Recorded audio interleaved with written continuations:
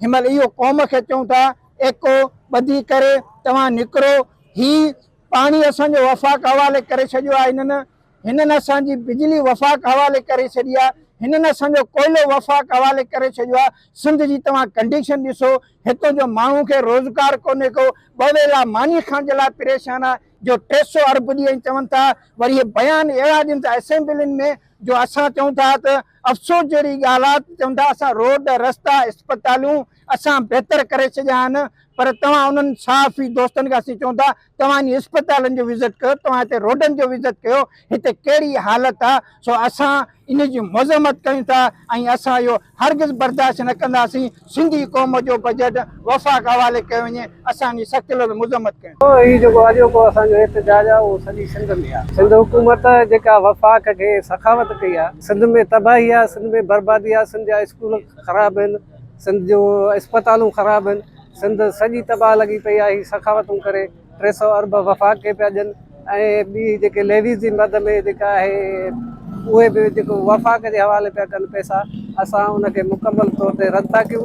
असां चवंदा उहो पैसो सिंधी माण्हुनि जो आहे, सिंधी माण्हुनि ते ख़र्चु कयो वञे ऐं हीअ जेका बजट पेश थी आहे उनखे असां मुकमल तौर ते रद्द। अॼु असांजो सिंधी यूनियन पार्टी मर्कज़ जे सर ते एहतजाज हुयो, जेके सॼी सिंध में आहे, जेको वफ़ाक़ खे 100 अरब ॾिना आहिनि। असीं हिन सिंधी क़ौम खे ऐं हिन वफ़ाक़ी हुकूमत खे इहो चिता था ॾियूं त सिंध जो हिकिड़ो पाई बि तव्हांखे खणणु न ॾींदासीं।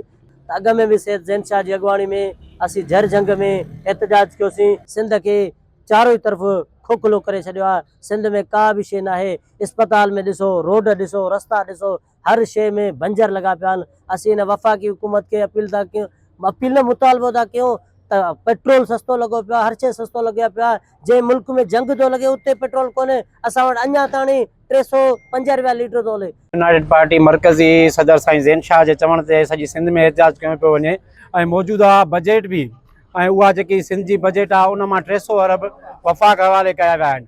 तव्हां ॾिसो त सिंध जा इदारा, हिते तालीम तबाह लॻी पई आहे, हितां जूं इस्पतालियूं तबाह लॻियूं पियूं आहिनि, हितां जो ड्रेनेज सिस्टम तबाह लॻो पियो आहे, पूरो स्ट्रक्चर हितां जो तबाह लॻो पियो आहे।